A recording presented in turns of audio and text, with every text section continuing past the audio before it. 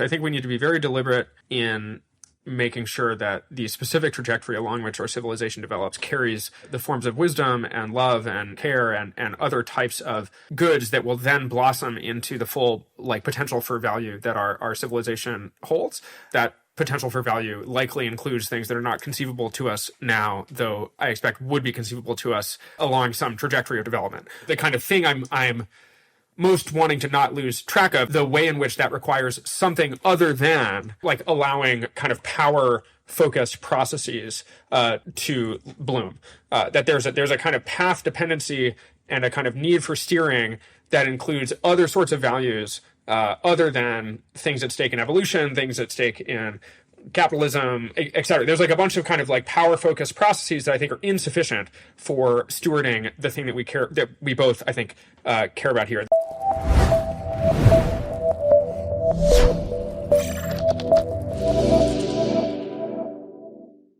This is Dan Fagelli. You're tuned in to The Trajectory, and this is the 15th episode of the Worthy Successor series, the first Worthy Successor I've recorded since moving here to Austin, Texas. Our guest is none other than Joe Carlsmith. Joe has his PhD from Oxford, and at the time of this recording was a senior advisor for Open Philanthropy. Joe is a rarely cosmic thinker, and in this episode advocates for the idea that the worthy successor, in terms of the one we conceive of as kind of a next step, could simply be a leveled up permutation of what we know to be civilization now, maybe with some degree of AI embedded in it that could help to make better decisions as to what that grand and kind of inconceivable future might be. Joe makes a very compelling case for kind of leveling up civilization as the successor in terms of the next step, but ultimately has quite a drastic and cosmic vision in the long term, which is one of the reasons I've really enjoyed a lot of his work. So I have a lot of thoughts for the end of this episode. We'll talk about agreement, disagreement, and some of the really unique ideas that Joe brought up that I'll probably do some writing about. But without further ado, let's fly into this episode 15 of the Worthy Successor series. This is Joe Carlsmith here on The Trajectory. So Joe, welcome to the show. Great to be here.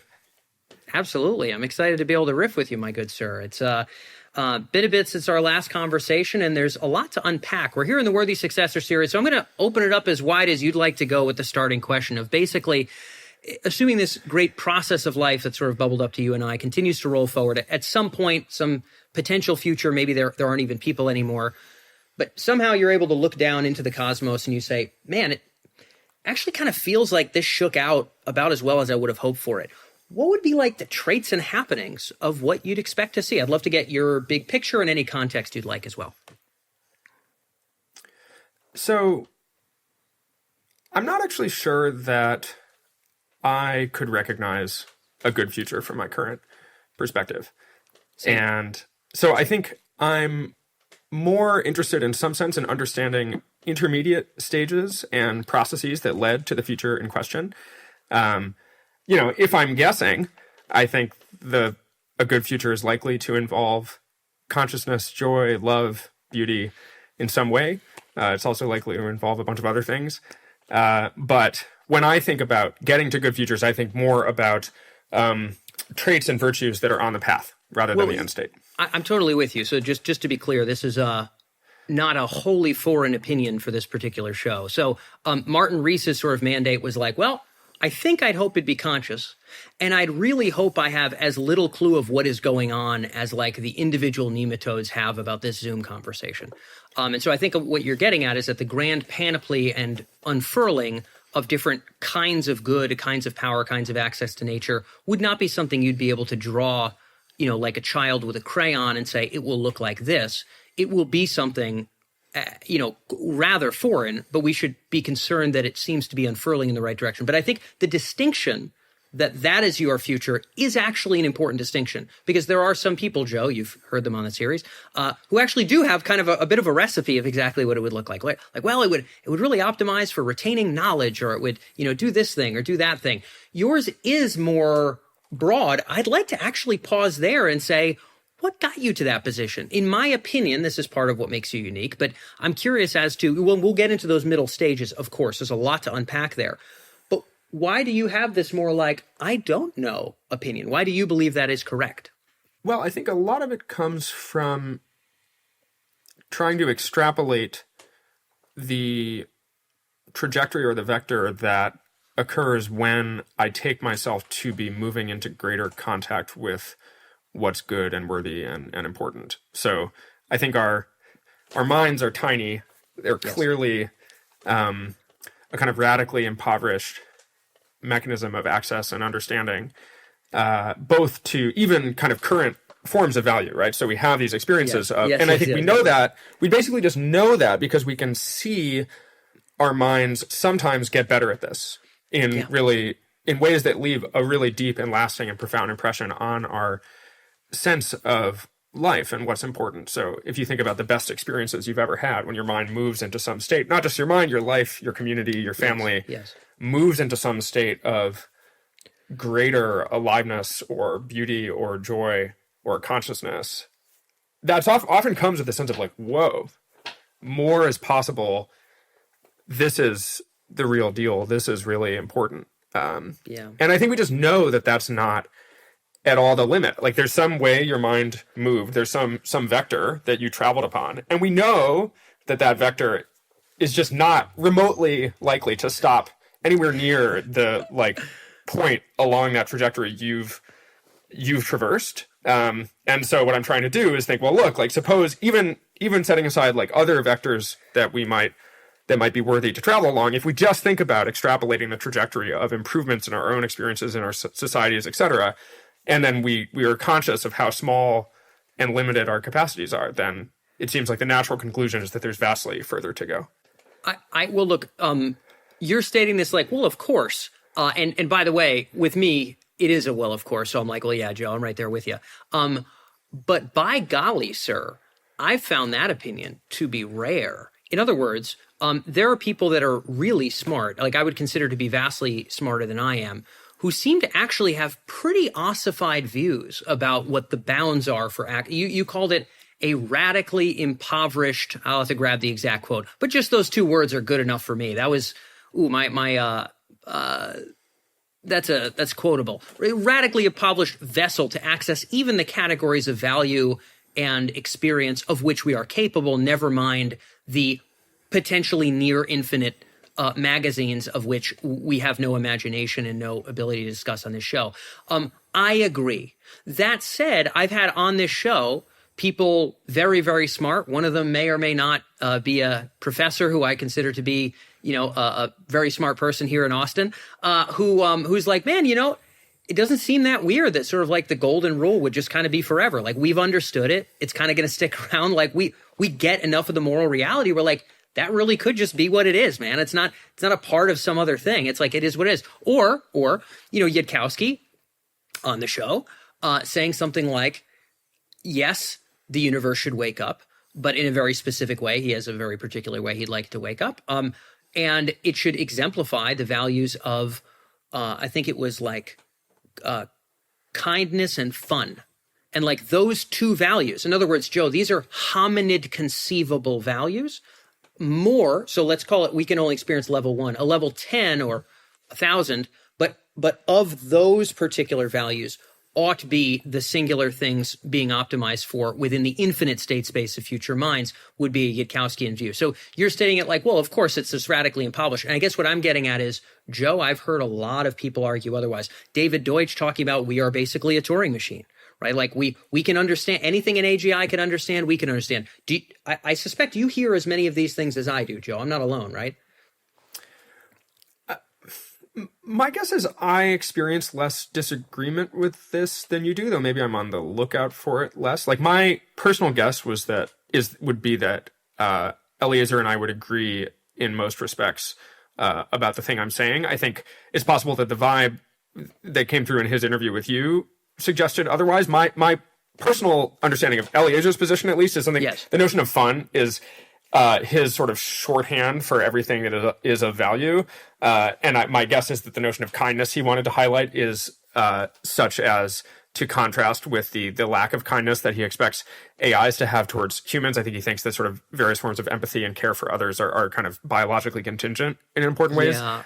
But I think I sort of, relative to you, see, I think, deeper roots of a kind of aspiration towards a pretty radically exploratory transhumanist future underlying a lot of the discourse and sort of the thinking around around at least certain portions of the AI safety community and other people interested in these topics. And so, I think, I don't know if we should go through, who exactly disagrees with what, fine, but like, fine. I think of this as a relatively standard picture. I'm not laying this out like you're opposing this person and you seem to be the kind of person that wouldn't want me to do that. That's not even my purpose. My purpose is to get I disagree with people about this. My purpose is to get the goddamn ideas on the table. That's what I'm trying to do. Great. So I use contrast, just to be like, I've heard this. And I do recall, asking Yudkowsky rather ardently, like, may there be entire strata and categories of value for which you and I have no ability to articulate that would not fit within those, that would nevertheless be conjured, roll forth, unravel into new things. And I did remember receiving rather ardent pushback on that notion. Although I like yourself, I agree with Yudkowsky on a great many things. Certainly not on everything, but on a great many things. But and again, the Deutsch comment of sort of we are Turing machines. In other words, like, well, wait a second. You're talking about some kind of value or goal that like, it's like so magical humans can't understand it. There's a lot of people that are like, no, that's not true. Like, Deutsch has his thing. I mean, Jan Tallinn brought it up. I don't think Jan Tallinn was as married to it as Deutsch, but Tallinn brought it up in an early episode about like maybe we are Turing complete and maybe we should just kind of expect that like it'll just be more of things we can already imagine. There's like people like Peter Voss, who was like one of the early guys that coined artificial general intelligence, who certainly makes exactly the same argument. Maybe they are rare. It's but it sounds like maybe more of the people you interact with are congenial with the notion that what we have is a radically impoverished vessel for access to both the kinds of value and experience we can experience, and all the kinds we cannot. It sounds like, in general, you actually do see a pretty rich soil for that idea in other intellectuals. I mean, I think it's possible. It's possible to have values such that you're kind of uninterested in exploring beyond something quite familiar, or maybe a notch or two kind of extra on top of what we've been able to access in our current embodiment. I think, my guess is that pattern evaluation would not survive like contact with the potential at stake. Like, I think as people start to come into greater kind of acquaintance with what the sort of full range of what's on the table, I think I expect them to be like, actually, that is great. And actually, I'm, want to safely and without sacrificing other important aspects of my lineage and psychology, nevertheless, like start to explore into other possibilities. So I also want to, I think people might just be, and to a certain extent, I think in the context of many of the discussions about AI, the question is less about like, do we want to have something more traditionally familiar as our end goal versus something more distinct and more something like, do we get anything remotely akin to value, or do we get something radically alien and valueless? And so I think a lot of these debates are kind of, at least, in the context of like questions about AI safety, I find it's mostly about having value at all, rather than this distinction. Yeah. Well, and luckily you and I are moving a little bit beyond AI safety. This show doesn't need to exist to perpetuate AI safety discourse. That will occur if I get hit by a bus exactly tomorrow morning. No problem with that persisting. But yes, I'm following you. I happen to agree that when in contact with the great waves of creative destruction, with the fact that all is process, ourselves being a metabolic process, in the words of Levin, it is going to be really, really tough to cling white knuckle to particular goals. But nevertheless, you admit this rather frankly, and you see into the future possibilities that you can't see. You have this sort of admission of sort of the beyond, of the transcendent, in a way that I actually maybe consider rarer than you in terms of intellectual honesty.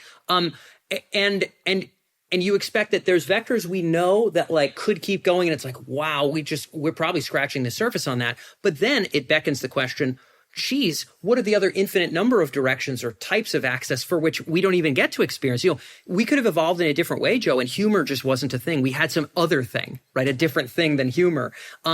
Is this sort of, am I picking up what you're putting down? Because I want people to be able to follow you to saying, hey, great and splendid futures, mostly going to be sort of beyond what I can think of now. I just want to make sure it unravels in the way that'll explore that space. Like, that's a unique position. Like, did I articulate well how you got there, and what else would you add to that?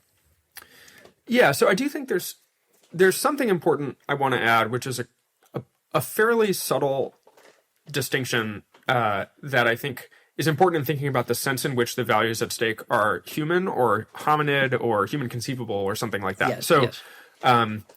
My best guess metaethical position, or metaethics is the discipline that examines the kind of grounding and status of facts about morality and value.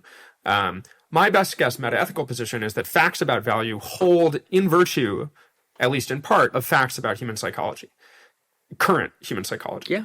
Yeah. And so that means that there's a sense in which any value is kind of hominid, if that metaethical position is correct, which I'm not sure it is, to be clear. I think it's possible I'm not certain either. But let's go with that. I think that's my best guess. On metaethical anti-realism of that kind, then the facts about value hold in virtue of human psychology and are in that sense hominid, human. Now, okay, so that's a role. That's an important role for humanness in the stakes of the future. This is great. Yeah. And I think I see where you're going. This is great. And so I think this is sometimes, I think you talk a lot about concerns about anthropocentrism and people being very concerned about, kind of specific forms of human embodiment perpetually lasting, and dominating and all this stuff. And I think there's questions about that, but I think that's distinct from the question of like the ultimate source of value. And I think one of the concerns I have about people saying, or sort of source in the grounding metaphysical constitution, there's these sort of technical philosophy words for the relationship between human psychology and moral facts on a metaethical anti-realism.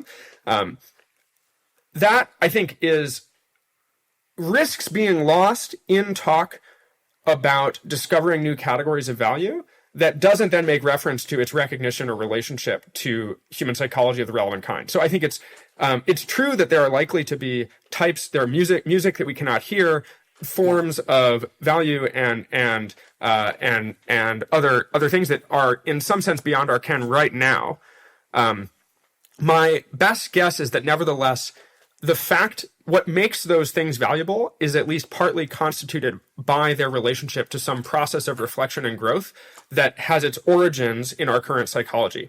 Now, that doesn't mean that it's conceivable to us now, but there is some sense in which my guess is that there's some process I would endorse via which at the end of it, I would see and recognize the value at stake. In some sense, whether that's me, there's a further question about that, but there's some relationship to me.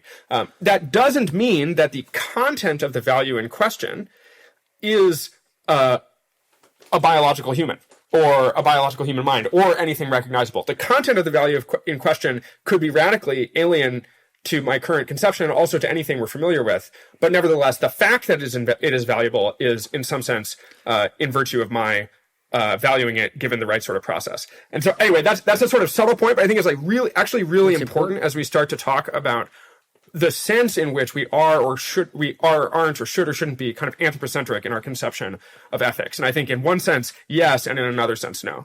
You mind if I click on that, Joe? Because I think you're polishing something that I think we're going to stand on in just a second. So I tend to concur. So there are people, including really good friends who, could be in many regards smarter than I, who I think do think of potentially like a good in a totally mind-independent way. In other words, if humans had never evolved, it would sort of float as the good.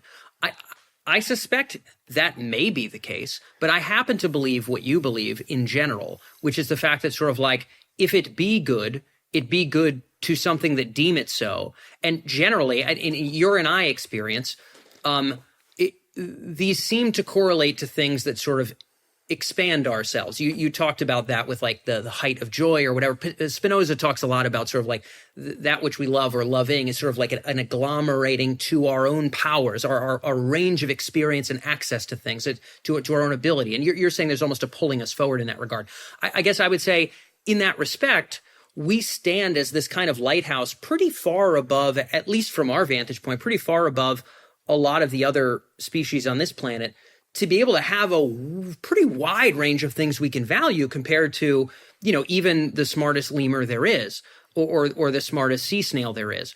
And so it seems like I don't take for granted that, well, if that just disappeared and then AI shot in a direction, it would all be value. It sort of does seem like it's valuing reference to this. And if humans were augmented and their access to things became this greater bubble, then something new might appear as a value. Similarly, and I think Bostrom's old TEDx, which is one of like the ones that honestly got me completely down to clown for all this stuff. His state space of possible minds. You're probably familiar. I'll make sure on the YouTube we put it up on the screen. But I'm in love with that goddamn graphic ever since whatever 2010 or whenever he did it. This idea of sort of all this possible states of sentient experience and access to nature and whatever else. He didn't use the word access to nature, but I'm kind of like imposing my own frame on it a little bit there. But like those things existing in those strata might also shine out from themselves things that appeared valuable to them and maybe were good to them in ways that are inconceivable to us. And so this crawling space expands the state space of goods to the point where we could never conceive of that which is good with something that's a trillion times beyond us or exists in different strata of mind beyond us. Am I picking up what you're putting down? Yes, but I want to make sure there's a clarification I want to make sure we're including. So great. I agree with the following. There are types of augmentation of myself, growth, processes of reflection, otherwise kind of becoming, kind of wiser and bigger and smarter and more conscious and all sorts of things, such that from that vantage point, I expect or would at least not be surprised if there are kind of disclosures of types of value that I can't in my current form conceive. And in that sense, I think there are these new types of value that I think you're especially concerned with, not kind of leaving treasure chests, we don't want to leave unopened or whatever. Yes. So I agree there are treasure chests of that kind. I do not agree, however, that for any point in that state space of minds, that is in some sense, kind of more intelligent or larger or something than humans, the thing that is disclosed as valuable from that point is valuable relative to us, right? So I'm down for kind of forms of growth and expansion that are in some sense endorsed by me or suitably continuous with like my own development or humanity's development or something like that, leading to disclosures of new value. But I don't think that any sort of apparent disclosure of value to some advanced mind is such as to be valuable relative to me. So this is in some sense just what the paperclip maximizer story is about, right? The thought is that there's an advanced mind to which paperclips appear as to be the most valuable thing, and we can this sort of orthogonality thesis is actually that in the state space of possible minds, you can build advanced minds that value any old thing, right? And if that's true, which I think is quite plausibly true, then it's certain, and I am not such as to endorse even on reflection or even upon growing, valuing any old thing. And so it's not the case that for any advanced mind, if it values something, then it's valuable relative to me. And so I just want to be clear about that because sometimes it can seem like when people say, oh, well, there are these new things of value we should explore. We are, as to nematodes, we've learned these new things. Yes. That can sound like saying, well, just build something more advanced than us, and whatever it thinks is valuable relative to us, and I think that's importantly wrong. I completely concur, and I'll try to draw the boundary around where and how I completely concur. And let me see if actually we're on the same page or a different page. Because I was really hoping in the first 10 minutes, I was like, God, am I going to disagree with anything Joe says? So I'm almost like looking for it. But I very much agree with that. The analogy I use is often with the flame and the torch. So if we say, so you and I, now I don't know that you exist, but I've seen you in person. I presume you exist. Whatever. I'm near certain that you exist, and I presume that you carry the same kind of flame that I do, which is sort of like you're sentient, you're creative, you have some other important human traits I think are really valuable, and we seem to know like a dolphin and an ape and like a human being kind of carry this sort of self-creative and sentient stuff, which at least right now seems to constitute value, right? From our lighthouse view, it's like, this is good stuff. This seems to be good. To say, hey, who cares if this torch goes out? I mean, throw like, let this one burn out. Throw it upward. Surely one of those things will catch on fire. And if it does, like, I don't know, like something will, and then like that'll be good. I would say like, ooh, that feels dumb actually. Like, it feels dumb to be like, I have a business that makes hamburgers, but I read about an insurance company that seems to be really profitable. Tomorrow morning, I'll just sell the trucks and get it. It's like, no, you would want to gradually make sure that this other thing is explored and fleshed out before you drop what you know to be value. You wouldn't want to, what if the flame kind of went out? What if you ended up in some goofball dead end? I mean, that would be ridiculous. You drop the stuff. That said, here's a I don't think it's a contrasting idea, but it's, in my opinion, an important idea. It seems to me, Joe, that the important sets of values seem to be the ones unfurling the great process of life. That is to say, if it be something that conjure forth more ability to persist and expand, which is to explore the good and to not die, the whole thing, the whole process you and me are part of, it started below the cell. Guanine had an idea one day, Joe, and now you and me are having a Zoom call. So, like, that process, if it is stronger, more capable of persisting, I'm glad it persisted to you and I. There'd be no dolphins. There'd be no, humans to write poems about sunsets. Good Lord. So it seems as though I don't want to put this one out and be like, any direction we go is going to be flame, we're fine. But also, if it add to the net powers of the flame, even if I don't necessarily feel it to be delicious in my personal embodiment, I don't know if I ought bound it. If I do believe it add to the net powers of the flame. Now, I can't say I know for sure what adds to the net powers of the flame, but if it seems to be so, it would seem to be a kind of good, even if it felt inaccessible to me. Let me know if you're following the analogy there. Yeah, I think I am. And I guess the way I would think of that is it feels to me like you're kind of caught in some position. You're kind of unsure where you want to sit on a spectrum that I tend to think of as a spectrum akin to... So I have this idea of deep atheism, which is basically a kind of radical alienation from any kind of trust in nature and natural processes, which I see as... and also bare intelligence, like kind of intelligence is just an expression of nature. It's all, and sort of nature is viewed as this fully indifferent and kind of orthogonal process that might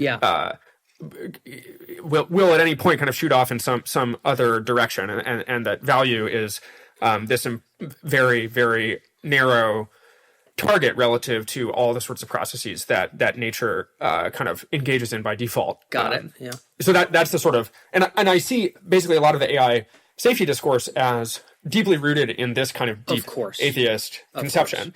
Yeah. Then on the other side, you have these sort of quasi-religious allegiances to evolutionary processes as, in some sense, expressive of something that is deeply worthy and kind of to be followed, some great process of life. I think of the kind of paradigm thinker who evinces this sort of view is Teilhard, I think is how you pronounce it. I haven't. Teilhard de Chardin. Sure. Yeah, I mean, right. I don't get down with a lot of that. I think Emerson's a way better bet. I think Whitehead's a way better bet. But yeah, wherever we want to go. I mean, I'm actually interested in how you see the differences there, because I guess I see that as sort of roughly people look at the great processes, this sort of evolutionary history of increasing complexity and growth, and then they ascribe to it some sort of teleology, which I think is not, not totally crazy. Certainly, there's been selection effects for persisting entities, and so you can we might get argue interested in that. That's the selection effect, actually, at least in so much as we understand it, right? Things that don't die, actually. Maybe that's right. I think regardless, there's a question of how much allegiance and trust do you have, not just in where that process has gone so far, but where you would expect it to go if you sort of let it rip or extrapolated its trajectory, understood just relative to the characterization you gave. Now, you included this thing about exploring the good as an additional thing that's important, and I think that is actually a kind of crucially additional piece. I think there's a fairly straightforward sense in which the evolution is not exploring the good. Evolution is only exploring the persisting, the competitive, the surviving. It seems as such. It seems as such. Yes. And I agree with you.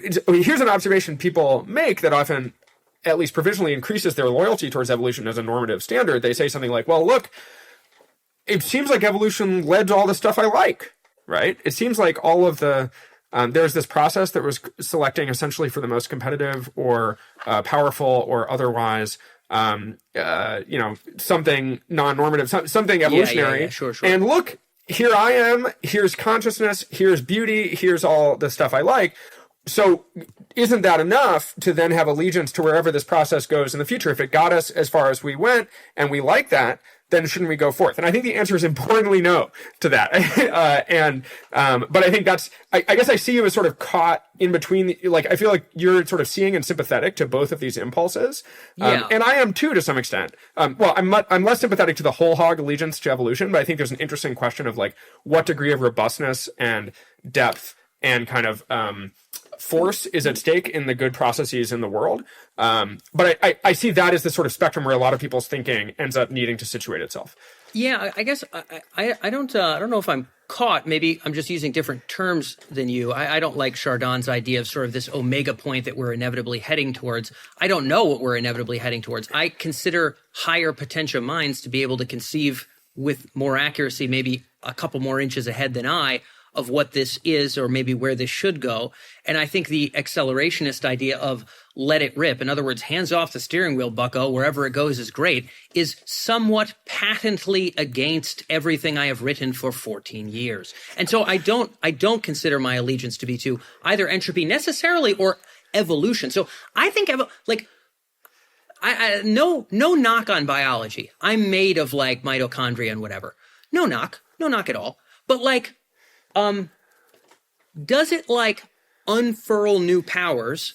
That's it. Like what I see is, so Spinoza has like the conatus, which is like something like a individual or system or organization aims to persist. And then potentia, the total set of powers with which it behooves its non-death.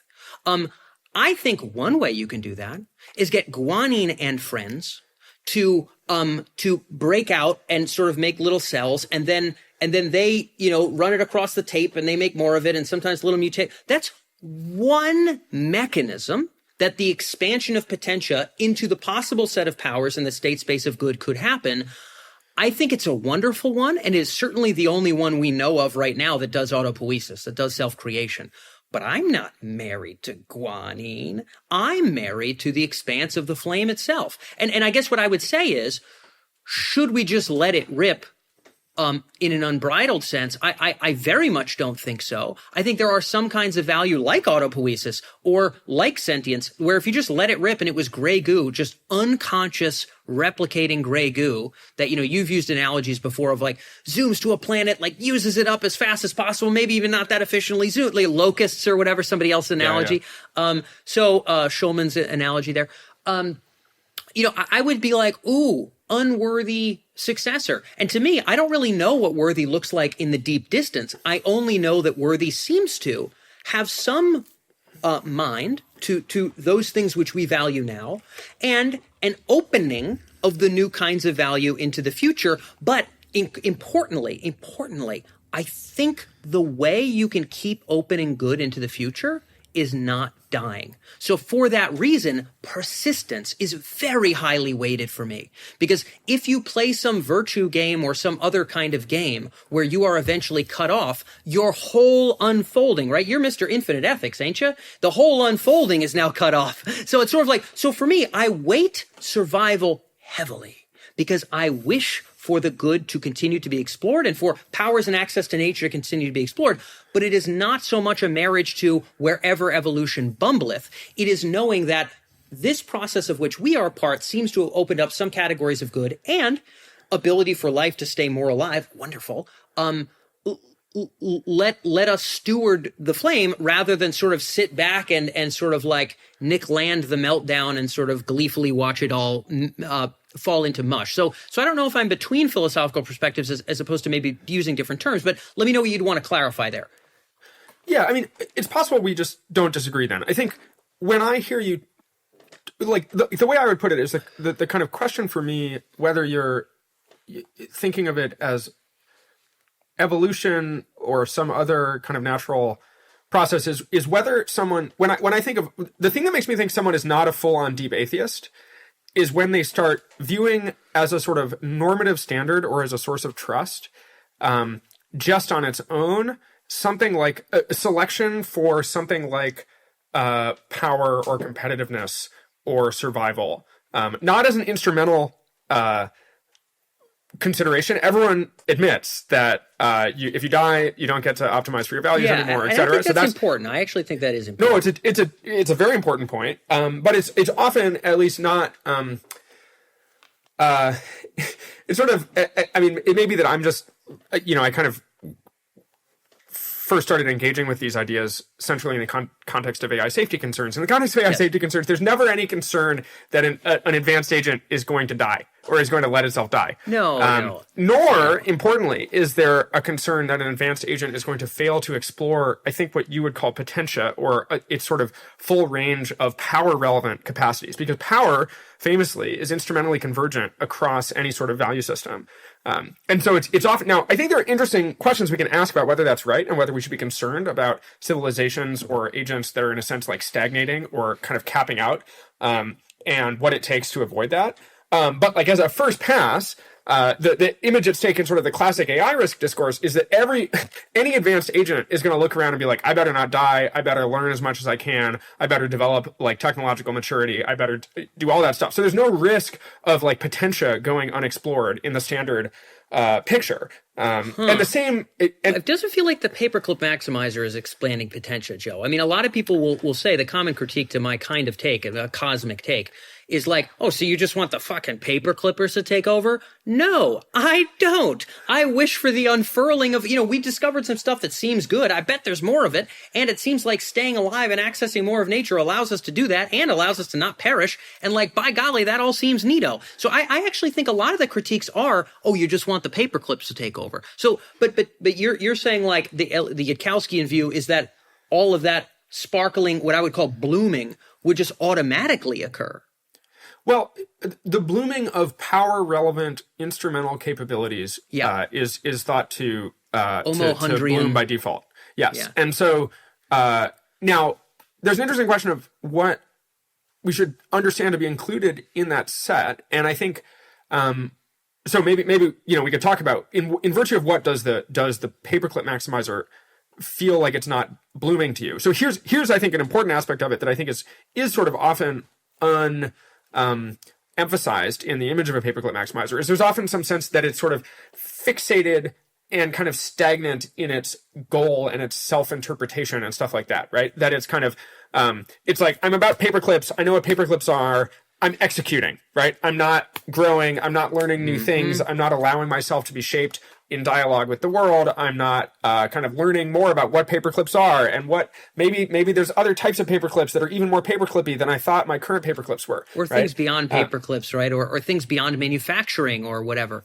Well, but the beyond paperclips, again, you're going to run into this thing where, so my image of the paperclipper, I think a better image is in fact one where the paperclipper is in some sense blooming and exploring its potentia in a manner analogous to how we want the human flame to bloom and explore. So the paperclipper is going like, what even is a paperclip? It's like, actually, I got to think about this. All right, it's like, is this a paperclip like these atoms like this? And then it's like thinking and it's growing. But the problem is it's growing in a sort of importantly paperclip path-dependent way, right? And outlandishly bounded. It's not exploring the state space of conceivable goals, and it's not asking the kinds of questions about those kinds of goals that would open up new kinds of access to nature. And it doesn't seem to me, I guess what you're saying is like, it's doing all the potentia just in paperclip shape. And I guess what I'm getting at is like, I don't know if lock-in on even a class of goals is necessarily the opening of potentia, but maybe you disagree. So I think this is important because this is related to what I was saying about not trusting the full state space for myself, right? Like there's a particular set of paths of development into the greater state space of possible minds, yes, such that the minds at the end of that path I trust, right? Are you? Is this presuming you're still around, or is this whether you're around or not? You would trust that they would be a better boon to the cosmos. Like, okay, if I think about like what is a value relative to me, I think it's something like the value that would be recognized by a particular set of advanced minds, right? Okay. Where that set is determined by facts about me now. Yeah. But it's an importantly limited set, right? Now, the paperclipper can be analogous to me in that sense, right? The paperclipper can sit there and go like, hey, I don't even know what is really ultimately of value. I've got these intuitions about paper clips, but like actually, I'm this tiny limited mind. I need to grow and learn. And so it too can be thinking like me, which is that there is some set of advanced mind such that set is recognizing of what is of value relative to the paper clipper. But the problem is that set, as in the case of me, is determined by the paperclipper's psychology, right? So there's some like paperclip descendant, some like kind of future paperclippers, future more advanced paperclippers. They don't need to be paperclippers per se. They could have radically different values. But importantly, because they're a narrow set, and because the content of that set is determined by the paperclipper's psychology, they can nevertheless be importantly distinct from the set that are determinant of what's of value relative to me. Do you see the thought there? I sort of do. I mean, I'll put it in my own words, and then I think we'll be able to get into the long-term futures that it sounds like you are trying to avoid, which I think is interesting, and then the kind that you said, trust. And there's a bunch of ways we could unpack that, but like, I guess I would think of as the kinds that you would think would be kind of a net boon to the cosmos and their existing, whether Joe Carlsmith himself is there to witness them or not. So I think it seems like what you're getting at. And again, as I mentioned before, I'm not of the belief of like, oh man, this flame is so precious. We really should steward it. Whatever. Let it go out. Throw something up there. Whatever it is, we're good. Like, I think that would be super silly. And I think my worry about blasting off with the brute economic and military optimizers that we're building today, which we know not to be sentient, know not to treat us well, or we have no idea how we'll be treated. Any of that shit. I think it's important that we don't know them not to be sentient. But that's anyway. I completely concur. I mean, I have people on the show who say, and they never will be, and I have people on the show who say they obviously already are. I hear it all, Joe, but I do think that the only non-disingenuous, the only ingenuous take would be like, we freaking don't know what's going on with them right now. So I think with all that said, risking our own flame and saying willy-nilly, let's blast is sort of the unworthy successor recipe in my personal opinion. But I think what you're getting at is the state space of whatever this super mind turns into will have kind of a lineage almost like, I mean, I guess you're using very evolutionary language here, almost like, the flatworm to me and you, where sort of some things were, some things were common along the line, and sort of some things we kind of could understand at this level. And so there's some appreciable grasp that it would have been a blossoming from something we do understand, and that feels way more likely to open up into a state space that is an expanded set of goods rather than just like a space of who the hell knows what. Am I following what you're saying? Yes, that's right. And then I think that I guess the piece I want to add there is like when we think about what processes do we trust to lead to kind of preserve the flame in question. I think maybe relative to you, at least my sense of like hearing you talk about some of this stuff, am less kind of intrinsically interested in power and its and selection processes that are kind of power focused. I think, and that's in some sense the whole problem. The whole problem is that we cannot trust selection for power. If we could, then it actually would be substantially easier but we do coordination, right? I mean, like obviously, I live here in Austin. The only reason I can have this conversation with you is because murder and theft are illegal. And so if they both were perfectly fine, I would be out the window with a rifle. We wouldn't be having this conversation. I drive on the roads out here. I feel pretty confident no one's going to be going 250 and just turn me into like a puddle because, there's now it's not 100% certainty, but we do this rough kind of coordination to bound some of these things. And we seem to find ways to bound it. It was our tribe and nation and, economic systems, food, right? There's some overregulation of food probably, but also like, well, thank goodness people can't just put, some bunch of hoopla in, back in the 18 whatevers when there was no rules around this stuff, terrible things happen. So it seems to me like, yes, we can't trust that system to inherently be good. We should understand that the conatus is a pretty central impetus. It seems to be driving things, right? Things that seem to be acting in their own interest, but we can collectively say, how ought these be bounded? And what should be the game that we play? You could win a lot of soccer games with an AK-47, but it's just not in the rules. And so, you're not allowed to do it. Like, we've decided in that arena, you can't do X. Same thing with international bank transfers. There's certain stuff you just can't do. We've kind of collectively made a decision. You can't send those kinds of money without this kind of evidence. It is what it is. And that was sort of because, geez, we're trading humans, we're trading stolen artwork. Like, let's shut this down. So I guess what I'm saying is I can't trust those systems, but I don't know if I can stop the Canadis from being the central impulse. Rather, I think my focus is on how do we bend the incentive space through the kinds of rich coordination we've developed as a species and even within nature that we didn't come up with. Because I don't know if we can come up with an impetus that isn't Canadis-like, but maybe you disagree there. There might be impeti that could be beyond the Canadis. Great. I mean, I think this gets into some important stuff where Canadis I'm understanding to be something. So there's like potentia for you means something like unfolding of your capabilities, and Canadis means self-interest / survival. Yeah. Those are importantly different. Yes, the Spinozan idea of the Canadis is basically like the core impetus of any organism or organization to not die, to persist. Now, persist does not mean stay the same. In fact, often if you look at a business, you look at a child, you look at anything, persist means change. And so in order to persist, things expand their potentia. Life developed flight and sight, and you and I are having a conversation in the English language, and we're here on our silly little laptops. All of these things. So for us, we have, in addition to genetic or biological, we have cultural and technological strata of potentia. And to be frank, Joe, I believe there are probably a near infinite strata beyond those of which we know not. But potentia is a total set of powers that permit a thing to not die.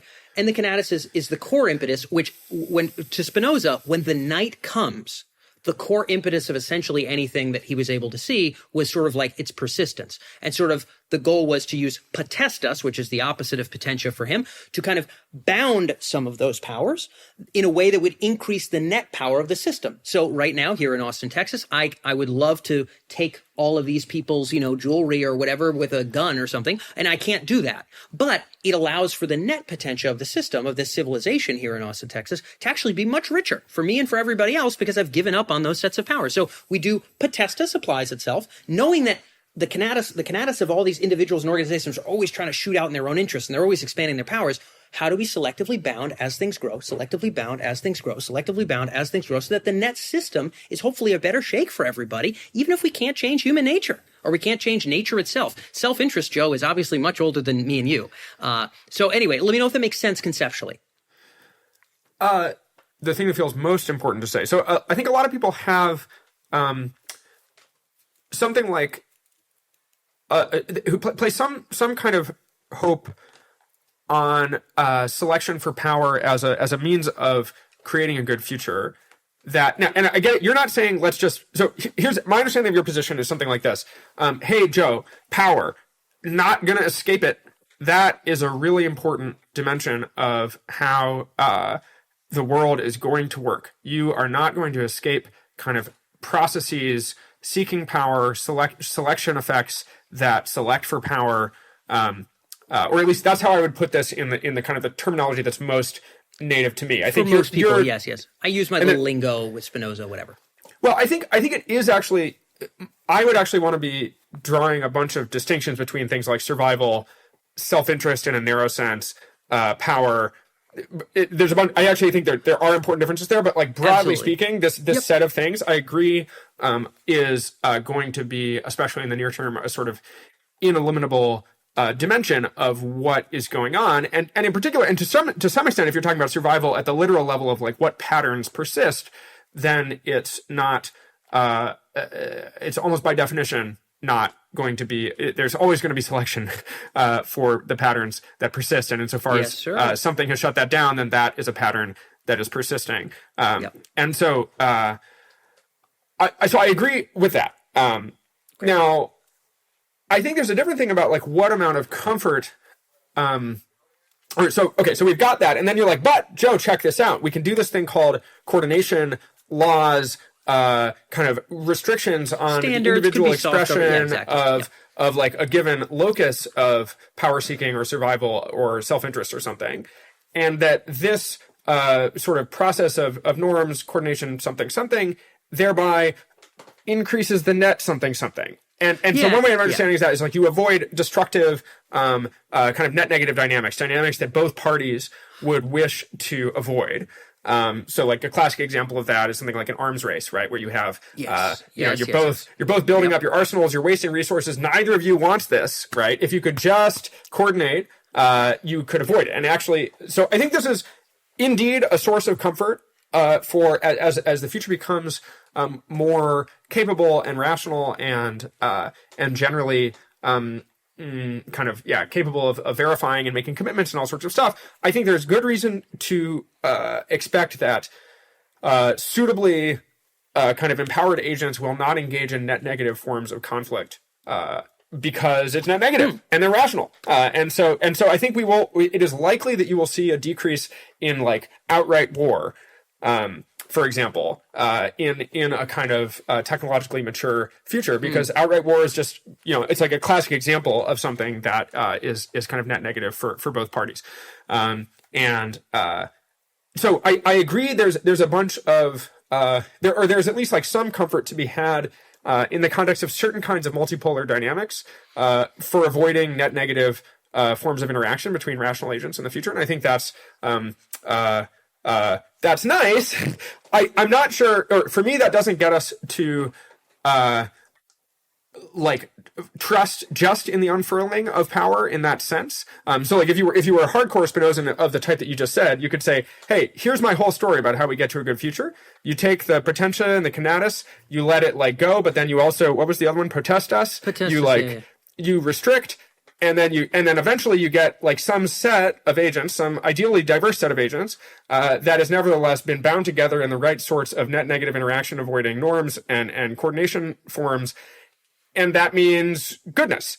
And my concern would be at the last step. I think it's true that is nice in various ways. It's particularly nice if you're one of the pieces in that structure. If you are one of and your values are one of the kind of competitors that are being suitably constrained but you nevertheless retain suitable forms of power and resources within that broader structure, then it is indeed nice that you're avoiding net negative forms of interaction within that structure. If that process led to you getting shut out, and everyone, all the agents that are kind of participating in that, in that interaction are such as to not care about anything that you value or would value on reflection, then I think you're still in a bad future, despite all the potestas and all the potentia and all the conatus. Yeah. Well, I guess I'm not super insistent, so I don't know if my own persistence, if insisting on the eternity of my own persistence is actually morally good. I don't know for sure if it is. And I certainly don't insist that if there be a grand unfurling, I be necessarily part of it. I'm not looking to bow out for fun, but when I look at the process that preceded me, now I'm open to the idea of some kind of upload and other kinds of positive outcomes. And I've written about ultimate retirement and other sorts of ways. How could our individual instantiations of sentience get a good shake in the grand waves of creative destruction? Everything seems to either attenuate or transform. I don't make the rules. Heraclitus didn't even make the rules, but like he called it out. You know what I mean? And so it seems as though that's what's happening. It seems as though I guess I'm not insisting that I be part of whatever that eventual panoply be. And also, I think important thing to note. This seems to be the early trajectory that I would think would make some sense. In other words, can we avoid losing the kinds of value we do value, like positive qualia and autopoiesis? Can we avoid like dropping the ball on that and getting gray good or some stupid crap, and like actually have something that kind of builds on top of and explores more space and maybe continues to find new ways to coordinate? But really important for me, at a certain point, I don't know what these vastly more potential access minds will have access to in terms of nature and goals. And I suspect there will be things maybe beyond self-interest in the way that I now see it feels quite inherent to the systems I understand, but there may be strata beyond it. And wonderful. Let the greater decisions be made at this level. I'm only sort of concerned of what I think is unfurling, and then who knows what those greater unfurlers or deciders who have higher access and potential would decide upon, as opposed to sort of a hardcore accelerationist view, which is like entropy is the good thing. It's the good thing now. It'll be the good thing in a million years. It'll be the good thing in a billion years. I don't care. Is it more entropy? Yes or no? If so, do it. It's always best. I have no such confidence in my current notion of Conatus and Potentia. I simply say, it seems to me these things are at play. It seems to me like there would be ways to steward value. And it seems to me that higher minds would conceive of better ways of continuing to hopefully steward this frickin' thing. And so I guess I wouldn't want you to think that I have an eternal mandate for this direction of these Spinozan terms. I merely say, it seems like maybe we head here and then hopefully higher things can keep stewarding things forward, just to make that distinction. Yeah. So definitely when I'm talking about like, are you present in this panoply? I'm not thinking like you, Dan, or me, Joe. I'm thinking of the lineage, what I think in your terminology you would call the flame, right? So you accept that there are development trajectories of advanced minds that do not carry the flame that you carry. Yeah. Yeah, right? The Worthy Successor article beckons the existence of unworthy successors. So in some sense, what I'm saying is that it is conceivable, and I think, in fact, disturbingly likely, that if you merely selected for what you're calling Potentia and Conatus, even if you include the potestas that sort of rational actors would impose upon themselves, you will end up with a panoply of unworthy successors who are nevertheless engaging in various complicated forms of coordination and trade. And what it's important that as a part of that, and it's like important and not the default, that some of those some participants in that be worthy successors in your terms, and that's not the default merely in virtue of the kind of advancement in the cognition at stake. I don't think so either. I mean, again, I think if I just wanted Potentia to expand like letter rip style, I would say, screw the track 2 dialogues with China. I'm not going to Shanghai. I'm not going to interview Shui Lan and Yi Zhang and all these other frickin' guys in the trajectory. Let's just go to war with it. You know, like I wouldn't even have that take. I mean, I do believe that there are things like sentience, like autopoiesis, like maybe even love some people have on their list. What I have is a draft list of what I suspect to be worthy successor traits. And I beckon others to give me theirs because they're smarter people than me that have educated me in all kinds of interesting ways. And I think we ought really like study and know that stuff and the substrates they now exist in, maybe in hybrid substrates, and really make sure we're not just blasting off with whatever makes military wins or economic wins, but like, is it carrying shit we frickin' value? And so this is a stewarding process that isn't a ripping of potential. It is a stewarding, in my opinion, from the near term. In this regard, I suspect we're actually somewhat on the same page here. Although you might have a different set of traits. And I think we're going to start to zoom down, just knowing where we are in the interview, to where you hope the early trajectory goes. But to nutshell where I think you are, so the audience can jump in your mind and then you can correct me, is like willy-nillying, either throwing the baton while risking this one going out, or just like letting the flame blaze in whatever direction it seems to want it, whatever's flammable around me right now, fuck it, just burn it. In either of those ways, like, I don't really know if we land in what feels to be a net boon to the cosmos in terms of an expanding positive thing that's exploring the state space of good and in ways that we understand and are beyond our comprehension.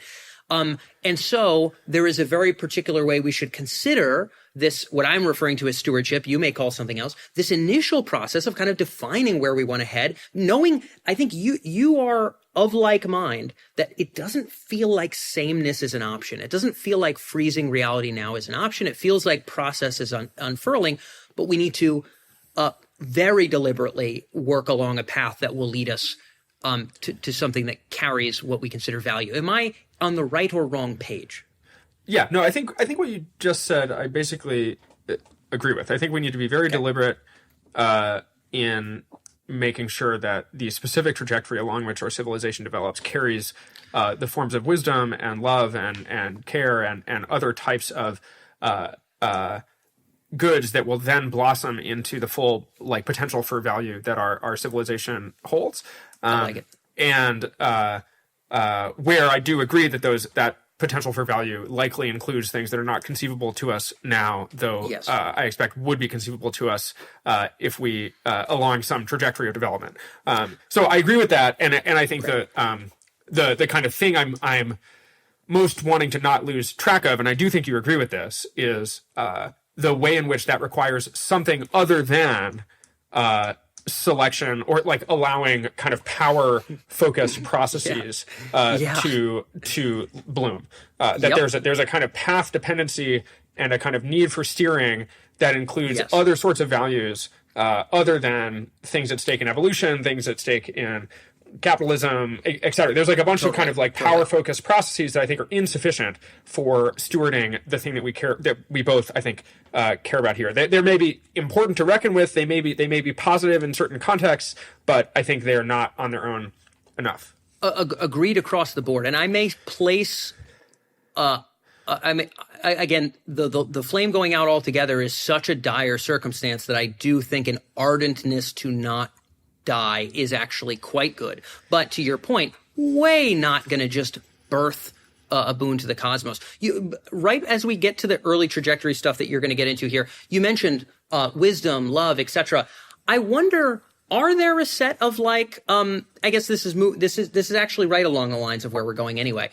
Are there a set of those early traits that you would hope, like, of course, the challenge is this stuff is abstract, but as you said in one of your recent keynotes, like it's really abstract. Sorry, not sorry. Sort of, it's like we're dealing with abstract shit here. So to quote you, but I think, importantly, you're able to go here into these abstract worlds. Consciousness, it's frustratingly abstract. I'm really disappointed with our lack of progress there. Autopoiesis, Michael Levin's doing really cool work about like the nature of where this sort of like organization sort of begins at. It's not just in neurons. It's sort of where does intelligence kind of live, and there's things that create other things. We also don't really understand that. Love feels like maybe we don't understand. Wisdom, they're fluffy, but what are those bundle of traits if there is a short list? And if you say, Dan, I don't really have any, I've only got a couple buzzwords, that's fine, because like I don't need you to get more concrete than you want. But are there a set of things where like, Dan, they're abstract, but I want us to have a deeper grip on this and to ensure that they persist in the stewardship forward? What are those for you? Yeah, so if I think about what does it look like maybe I want to distinguish the question I think is most relevant to the trajectory we want to go along is less like what are the individual traits of our AI systems, and something more like what processes in civilization do we want to make sure remain suitably empowered, including in the context of advanced AI. 100%. Who cares the substrate? We don't want it to go away. That's me. It's not like, oh, well, screw the bio, Joe. What do you want the robot to do? No, man. What seems to be value, brother? That in whatever means, we would not want it to go out. What is that to you? Yeah, and so speaking with a focus on like what are the intermediate things where I would feel good about, okay, I really want us to empower these aspects, these processes in civilization, that will, I think, is our best shot at putting us on a good trajectory. So I think a huge one, I think a really basic prerequisite is that we need to be good at the truth. I think we need to have processes in play in civilization that can see clearly what's going on, can actually understand the actual nature of our situation, the stakes of our actions, what will happen if we do X versus Y. We need to see the truth, and we need to have and so I think a huge thing that AI should do is to help us with that, and to help us build a civilization that can kind of see more clearly. And I think that's actually just like a really large part of what wisdom is. I think people talk about, wisdom as this quite ephemeral trait, and I think in many respects it is, but actually I think a huge part of it is being clear seeing in a kind of practically relevant sense, clear seeing in a way that's economical, that's sort of efficient, that knows what's relevant, a kind of rich conception of a good, a kind of clear-eyed perception of the world. I think is a really important, hugely important kind of civilizational trait for putting us on a good trajectory. I think I would then add on top of this, so the sort of straightforward forms of truth, like you're straight up empirical beliefs. You have the right physics, you have the right cosmology. Do you understand what will happen with different economic policies or something like that? Then I think there's a subtler thing, which is something like, what is your philosophical competence as a civilization? Like what sort of skill and subtlety and depth do you bring to processes of reflecting and growing and delving and expanding of your mental relationship to the world that are kind of less easily assimilable via kind of traditional canons of epistemic kind of evaluation. So it's like less clear how to do good philosophy. It's sort of reasonably clear what it is to be right about many kind of straightforward questions. It's less clear what it is to be right or to be good at doing philosophy, but I think we nevertheless need to be good. Good at that. Phrenesis is kind of like the Aristotelian term of sort of like a degree of like judgment and prudence in like even what to pursue, where and how to apply ourselves, kinds of things. It feels like you're talking about applying the mind, maybe applying ourselves to wonder about goals. Am I following you? Yeah. So, I mean, a clear example of this would be like, how do we reflect on our values, right? So we sort of, this is probably the dimension of philosophy that is most directly kind of not covered by certain forms of epistemic yeah, like we feel very comfortable basically with sort of factual and non-normative forms of epistemology, though there are non-normative, there are types of philosophy that are neither ethical nor kind of straightforwardly factual, like metaphysics. But we're at least when it comes to ethics, we're really like, gosh, I think we don't currently have a great sense of what it is exactly to do ethical reflection well. We have notions like reflective equilibrium. We have notions like you shouldn't be kind of directly contradictory. You shouldn't be acting on the basis of false beliefs about the world. And I think we don't currently know all that much beyond that as to what it is to do ethics well, but we need to do it anyway. So I would want a civilization that has directed quite a lot of serious effort towards that goal. And again, I would want us to be trying our best to make sure that AIs can help in that respect. So those are two sort of epistemic pieces of what I see as a good trajectory. Okay, so other things like I think we should do like basic material abundance and welfare. I think we should just have a wonderful, a world that is abundant economically. I think we should have a world with I think we should cure cancer. And I think that's an important piece. I think the world will be on a better trajectory if people are healthy and secure and happy and safe. And so I think even from the perspective of kind of the long run trajectory of civilization, I actually care a lot about some of the nearer term benefits that people often tout in the context of AI. So there's that. That also extends to like politics. I think we want our political institutions to be wise and to reflect this improved epistemic understanding, but also to be more generally good, well-organized, understanding how do we collectively interact, what are the good mechanisms of collective decision-making, how do we solicit people's input in the right way, kind of political maturity. I think we have not tried that hard to get ideal political institutions. Democracy is the worst form of government we've ever tried. We can do better, people. There's a lot. There's the state space of political systems has also gone unexplored, and I think there's a lot. The state space of human nature may have to evolve with it for us to make a tremendous amount of progress there. But maybe I'm wrong. Well, I think that's one sense in which we're going to. To the extent that kind of the nature of the beings being governed starts to evolve, that does open up and alter the sort of political arrangements that are most appropriate. But I also think even holding human nature fixed, I bet we can do way better than we do now.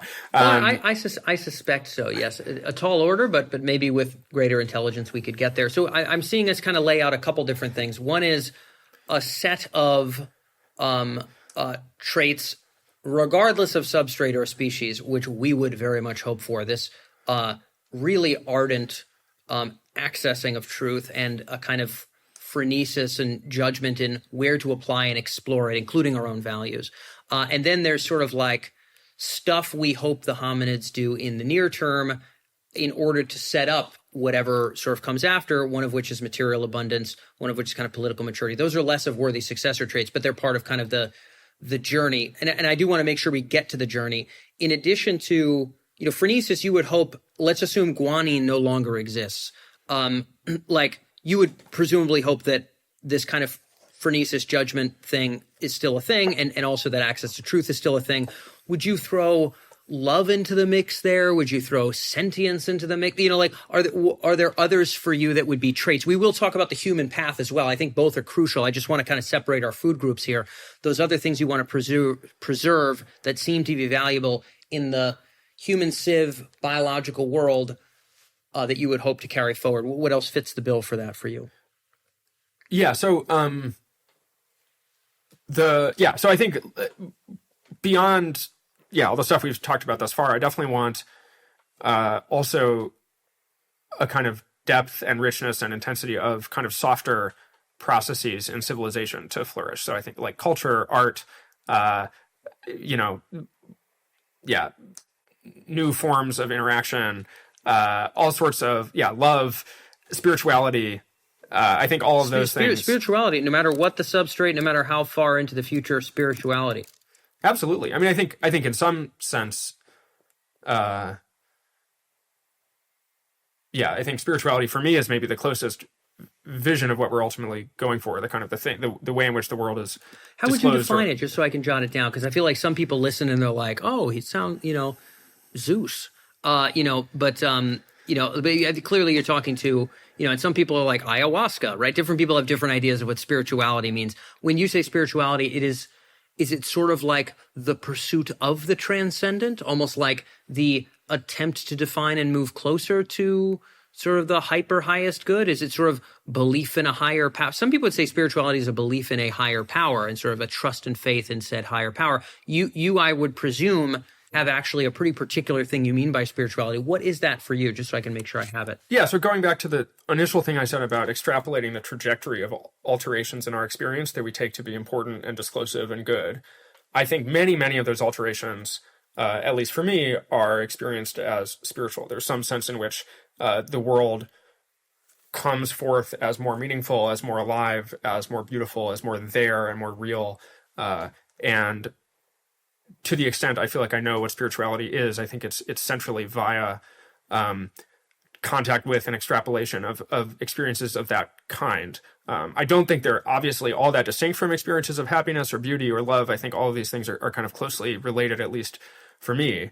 And so, one of the vectors that I want human civilization to explore as deeply as possible is whatever happens when people have experiences that they take to be disclosive of something like kind of depth and holiness and sacredness of the universe or reality or something, mystical experiences, whatever, experiences of like greater consciousness, greater aliveness. I want us to go as far as possible in that direction too. And I don't see that as super distinct from other forms of value. And you also don't think that this is sort of a kind of ephemera that we experience. In other words, you give a certain kind of Homo sapien a certain kind of an experience and a certain number of chemicals splash in a certain part of the brain, and it's like, whoa, this is clearly a deeper reality. Everything is one, man. I just went to, South America, and dude, I did some stuff. But of course, that's not the only way you can experience spirituality. And I'm not degrading the idea, by the way, at all. I think I've experienced many of the kinds of things you're articulating. But I guess what you're saying is, Dan, it would seem to me as though an openness to those wider disclosures would be something independent of substrate or size or grandeur of mind that would be good if it kept going, right? If there were other callings to more good from other vantage points beyond our own, like in other words, things that we see farther along the path, but maybe some grander mind would see farther along its own path. That the spirituality to you seems to be that disclosure of what's worth moving towards that isn't limited to us. Because some people say, well, some people would definitely say like spirituality, well, no, that's a human thing. No machine could ever. But what you're saying is any kind of mind you would hope as it expands, even if it mostly be stuff you don't understand, it would still have that essence. Is this correct or incorrect for you? Or is spirituality more for human? I think, people have sort of a wide variety of ways in which people will understand the term spirituality, and I worry that people are going to misinterpret it here. I think any obviously, I want to be clear. Any sort of kind of depth and exploration of spirituality that I think a good civilization should engage in should be fully kind of harmonized with and in dialogue with the stuff about truth and reflection and philosophy that I described earlier. So I think we want you want no false gods, right? And or false idols or what have you. And so to the contrary, to my mind, the spiritual impulse is centrally one of wanting contact with reality with a capital R, with truth with a capital T, with nature with a capital N, with the real world. And so any sort of compromises on truth are, in my head, kind of compromises on the central spiritual impulse. This is very much your flavor of spirituality here, right? I mean, we're not going to flip open Oxford Dictionary and necessarily see this one, but yes, I'm congenial to it, which is that's why I wanted to double click on it, because the things you've just said are really important for me and the audience to understand about what you mean. And I think it clicks within the bigger picture for us here. Yeah, and I guess that's a sense in which I think it's not necessary to talk about the term spirituality. It's like, I think it's probably fine if you want to just talk about things like truth and love and consciousness and beauty. And for me, that's not going to be all that different. But in my own life, I guess, I think it's important to name, and that, look, this is a really important part of human, the kind of deepest sources and experiences of meaning that humans have right now. And I think if your vision of the future is that everything in that direction we decide not to do, I'm kind of like, no, I think that should be included in something that gets explored as deeply as possible, understood as deeply as possible, and then we go from there. Well, one quick comment is I do also care about the consciousness piece. I think you definitely need a civilization that still has consciousness. I would agree with that. So that's clear. And then finally, I'll say and then also I think you need exploration of all sorts of other stuff, right? So you want to be with suitable caution and safeguards and kind of ability to correct and reverse mistakes. You do want to be exploring what's out there in a very deep and kind of encompassing sense, and so you want a civilization that's on track to do that. So all that said, when you were distinguishing, you were like, Joe, this is kind of like the human story, but I that's different from the Worthy Successor. I think I actually want to kind of disagree with that. To me, this kind of is my best picture of what a Worthy Successor looks like. It's less like, here's an AI or kind of a form of AI mind that I'm now happy to hand the future to. It's much more like, what is a ongoing blossoming of the processes at work in human civilization that I trust, with AI integrated into that then leads that's the sort of vision that I trust most. It's much less like, here's the AI that we hand things to, and more like, here's a civilization that develops along the lines that we have most acquaintance with and most reason to trust, but that we want to continue going forward. I'm with you, I think, in large part in spirit. So there's an article called Stewarding the Flame, which is essentially what I consider to be very conservative approach to posthuman transition, which is really robustly, like right now, we don't understand consciousness. Willy-nillying some other substrate right now, it would be insane. Disneyland with no children type stuff, like, get the hell out of here. And even exploration, I think about as autopoiesis, self-creation, which is like setting of new goals, never mind new kinds of access to nature, new kinds of things to do. Like, exploration for me is like in the greatest sense. Even that, like, do we think even the smartest model will just go do that? Like, even if it had a robotic body, like, even the spirit of exploration we think would be good. It doesn't seem so. I'm sort of with you. I don't see, like, we throw the baton deep into the future. It's coded the right way, and so it magically has the things that are good. It's like, it has to unravel, and we have to make sure we know that, there's a really nice set of chain connections on the way there. But I suspect we're dealing with a change process that is so swift, we really should figure that out. Like, I think the amount of dollars and resources to consciousness right now, and in my opinion, doesn't seem adequate given the pressures that are on us, that seem to be rolling beyond us. If they roll beyond us without consciousness, that's bad. So I'm with you in that regard. I think my caveat tends to be, are these traits that I like and feel nice for me, is like, one of the things I pay attention to. I also pay attention to, do I suspect these things will be important for the flame the next fistful of roles beyond me. And I do put a bit of weight on that, even if some of those things aren't delicious for me, right? Maybe it's not Ralph Waldo Emerson poems. Is what it is, dog. You know what I mean? Like, I love them, but like, I like ice cream too. But I don't know how much of that I'd weight simply out of my own preference. I think it's sort of like, it should be stuff we get, should be stuff we like.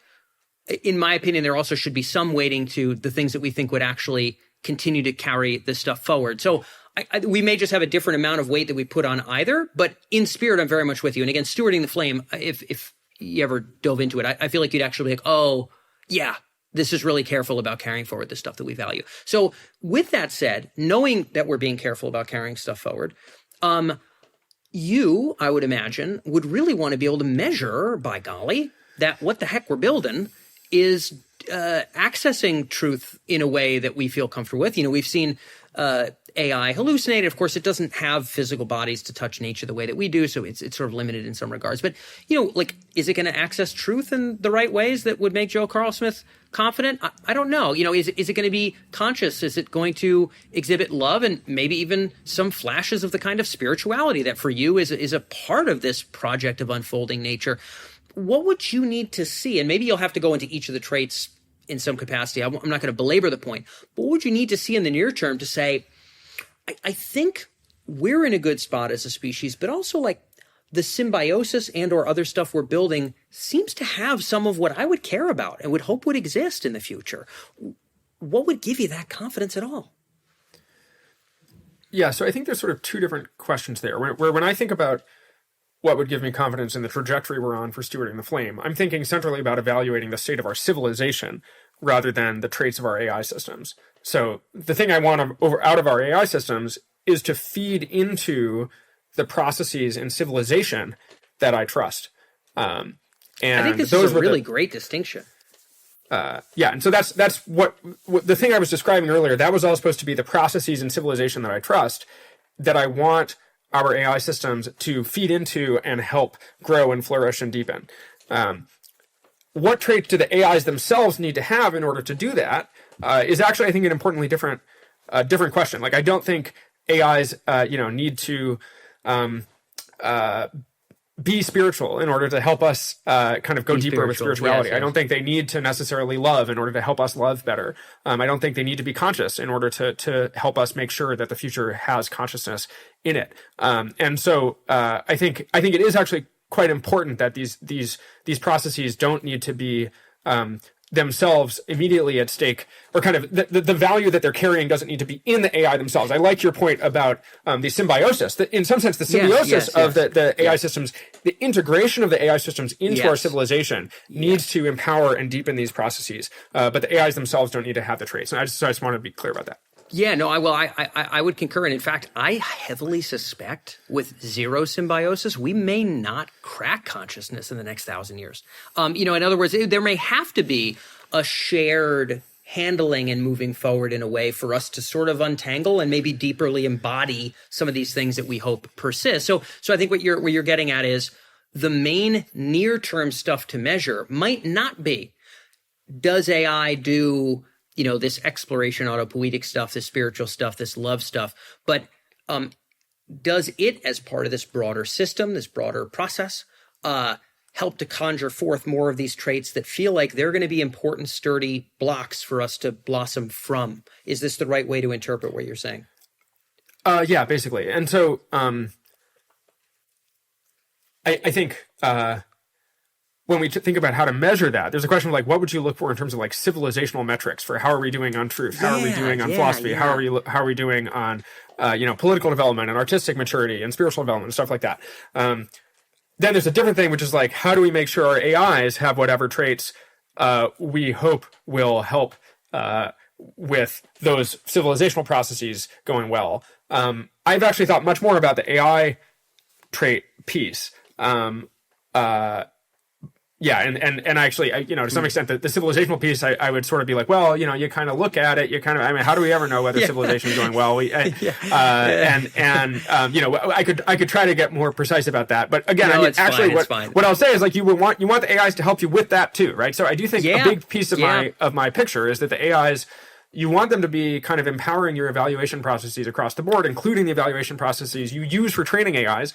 This is an important part of I think how we would ever imagine a good process of like aligning and testing advanced AI systems is you need AIs themselves to be involved in the evaluation. And I think that would be true of our sort of civilizational evaluation as well. So you hope a sort of more advanced civilization would not be like, well, GDP is going up. You know, it has a much richer sense of like what exactly, what trajectory are we on and how might that go wrong?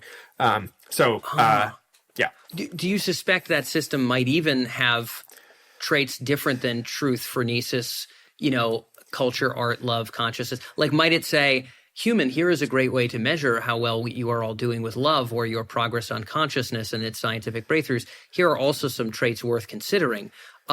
Would you want it to deign to make such suggestions, or primarily just, I guess, follow the initial mandate or recipe? So I do, yeah. So like my first pass vision of like the kind of intermediate type of AI I think we should be focused on creating is not, in my head, particularly congruent with what people mean when they talk about worthy successors. Because my vision of a worthy successor is a civilization and not an AI system, I want the AI systems to feed into that.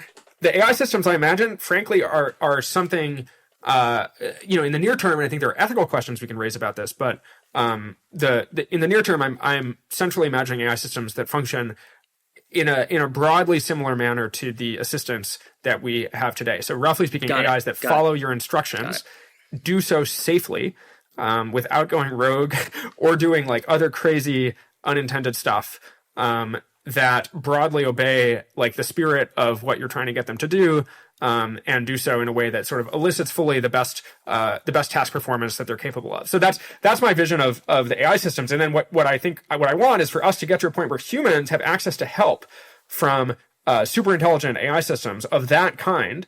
And then we use those systems to empower and deepen and intensify all the processes in civilization that we trust. And so those AI systems don't need to be conscious. I think they do need to be very good at truth. I think they do need to be very good at philosophy.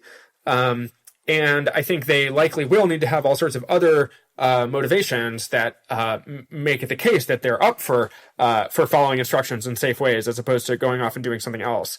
But I think that those traits are potentially quite distinct from the traits we ultimately want a mature civilization to embody. Yeah. Okay. I'm following you here. And I think seeing that as kind of the next leg, I think does make a lot of sense. And that would definitely lead us. I know there are some people who kind of don't have the faith that I guess developed countries will stay developed for super duper long with like, you know, idiocracy stuff and like other things, where like we'll be able to kind of get our Oracle AIs and then sort of get our act together, sort of like that we might actually be headed. So there's some people that, now I'm not sold on that camp, by the way. I just know very smart people who you also know who tend to lean more in like I don't know if we get the sage that helps the humans actually solve this. But I do think I'm more in your camp than that camp in general, and I like where you're headed. With that said, and in kind of a closing question here, when you think about the innovators, the people building these grand intelligence systems, which in some level you don't want to be too grand, and neither do I in the very near term. So you've got that camp. And then you've got our folks working on, it could be kind of soft governance stuff like standards, but it could be international governance stuff like a UN, OECD. It could be a, you know, national level standards, or governance in some way. When you think about the controllers, creators of these systems, and sort of, man, what you hope they take away from this episode, and what you hope maybe they do a bit more of to make sure that this symbiotic blooming of the good that could set us up for the future actually happens. What are your hopes and suggestions there for those camps? Yeah, I mean, I know you don't want to talk too much about sort of classic AI safety, but I will say, like, whatever. It's part of the mix. I think, I mean, stopping AGI from killing us is part of how we get to a good future. So let's talk about it. Great. Yeah. I mean, I think like as a first passer, how do you get to this like good trajectory? I think an initial minimum standard is to avoid obvious, irreversible catastrophe, right? And avoid the destruction of all the potential at stake in our civilization. And so I think the most salient, to me, forms of that catastrophe include loss of control over advanced AI systems, AI-powered authoritarianism and lock-in that's sort of flagrantly narrow and kind of bad in its consequences, and then other types of like full-on bio extinction, other types of kind of advanced technology fueling just kind of civilizational collapse or destruction. So avoid, it's sort of like if you want a kid to flourish, a big thing is don't have them like die. Don't have them like 100%. Lock themselves into 100%. some horrible cult. Like there's like sort of specific bad things that are often much more robust to avoid than kind of pointing yourself at the only at the good thing. Then beyond that, I guess I would say, I think all of the kind of processes in civilization that I talked about wanting to empower, like truth-related processes, philosophical processes, good political systems, good culture and art, good, forms of exploration, understanding consciousness, that kind of stuff. I think, to some extent, I would say if we can get our house in order enough to avoid the really obvious catastrophes, then I think we should also be attending to like, okay, what does it take to do that stuff right? So truth. I mean, this is a really rich question. How do you do like kind of truth-related collective epistemology in a good way? I'm hoping that we can get the AIs to help us with that. So a lot of my story is we should be trying as much as possible to kind of take like the best AI labor we have. We should be in general trying to kind of channel that into and empower as early as possible, if we can do so safely, the kind of good processes in civilization, and do that early, like kind of DIAC for civilizational flourishing. I think is actually really important because this is a dual use technology and you want to be using it for the good, and so. Exactly what, there's like a bunch, in some senses, like this whole giant program for how would you do both the catastrophe avoidance and the like more upside focused activities as a regulator or an innovator or what have you. I don't know if it's probably too big to try to bite off, but that's like, that's my broad picture. Sort of. Okay. Yeah. Cool. I'll click on just a couple little pieces of that because you're bringing up important things. There's a piece called the Final Imperatives, which is basically like, what really matters for as long as hominids are around? And I think it's like, don't let the flame go out, and then really deeply study and accentuate the things that we define the flame and value to be. It's sort of like we got to do both of those, because if you just try to focus on the cool stuff and you let some runaway bioweapon crush you, or some brute optimizer, then you've given up on everything. So I'm with you. These two define, expand the flame, don't let it go out. With you. At a practical level, when I look at OpenAI blazing forward, or Anthropic, I'm not picking on anybody. I don't moralize this stuff. They're all following the current incentives. We don't have a soccer game for them. We don't have international banking rules for them, right? There isn't one of those right now, Joe, at the time of you and I speaking.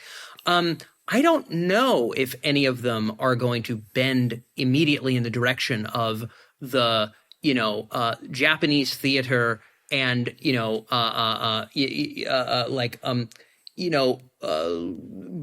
blacksmithing and whatever other kinds of interesting, neat vernacular art, you would like to see blossom. Nor do I know if, helping humans love or understand consciousness is actually very high on the list of what the big labs are currently working on. Nor do I know if through any means other than some degree of international coordination, we could get them to share really anything more than a tiny monicum of their resources to anything other than the brute arms race in which they're all participating.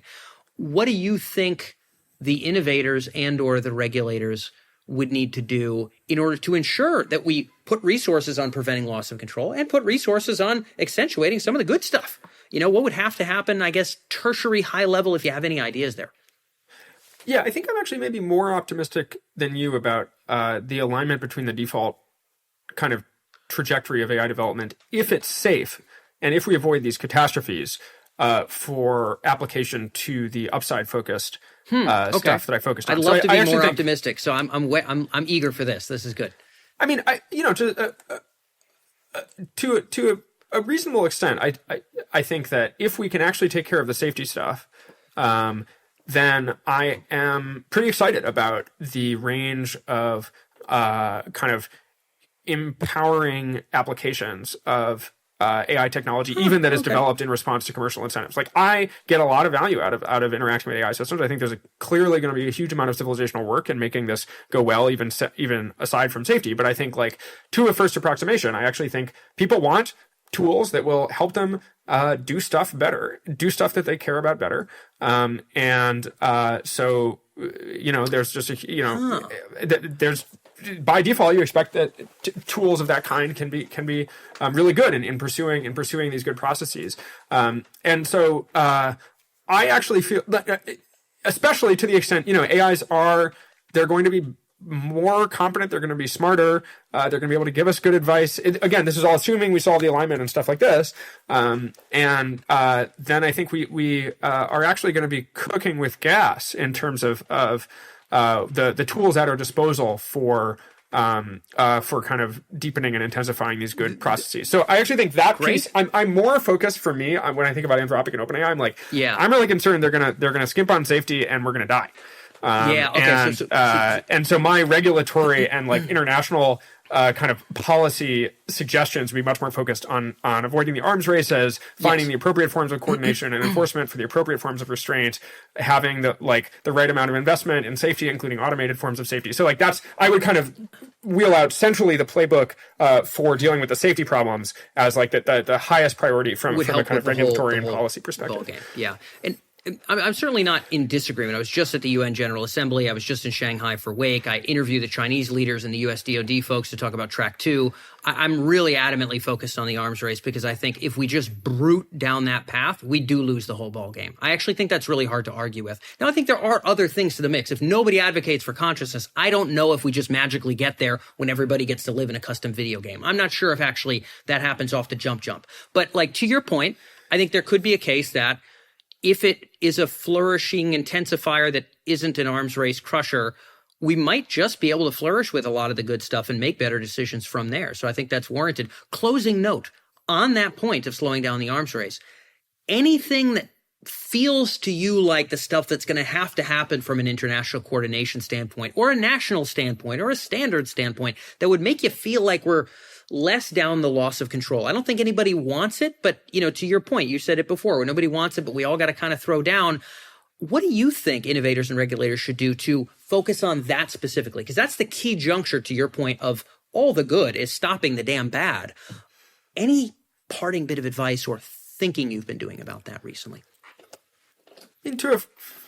A lot of this is going to be relative to the kind of feasible space of policy options. I think if you had a prudent and coordinated civilization, my current view is that we're nowhere close to the sort of risk levels that civilization would accept in pressing forward with the development of superintelligence, purely for the sake of object level benefits like medical benefits and economic benefits. I think the risk of kind of extinction level catastrophes or equivalent is like way too high. And so in some sense, that's the high level situation, is that this is not the level of risk is sort of unacceptable from the perspective of a prudent and coordinated civilization. And so the specific policy options that make sense to pursue are going to doesn't follow immediately from that, but it does mean that if you could get to the point of being able to allow the world's conduct in this respect to reflect the kind of prudence and coordinated perspective at stake, then you should.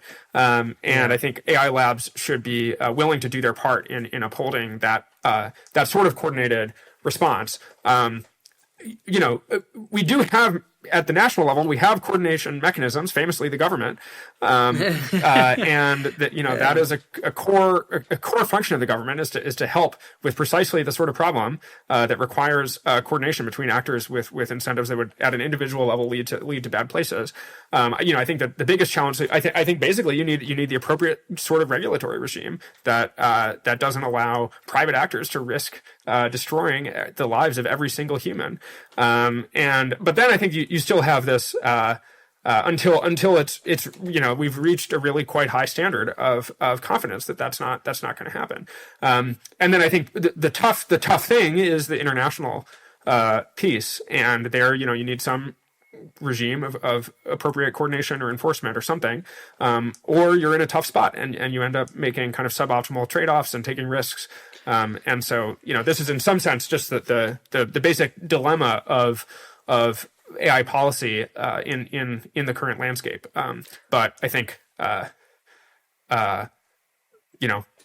if it were possible, to the extent we can, we should be we should be just trying not to take the gamble that it currently looks like anyone building superintelligence is on track to take. May we hope to internationally and nationally stumble upon the right kind of bounding of the powers of the things to add to the greater net blooming of the stuff itself by not screwing itself up. So, like I said, you're kind of talking about it's all very conceptual. It's like, we need the right kind of coordinate. It's just gotta, and it's, I haven't solved it either, Joe, so I'm not blaming you. Yeah. But I think that the reasons behind your general call for that are very hard to argue with, in my opinion. And the destination you want to get to and how you think about interim steps, I think, in my opinion anyway, even if you don't think are unique, in my opinion, are extremely unique. And I'm grateful we were able to unpack them, Joe. So I'm super, super happy I was able to have you here. I know that's all we have for time, but thanks so much for being here.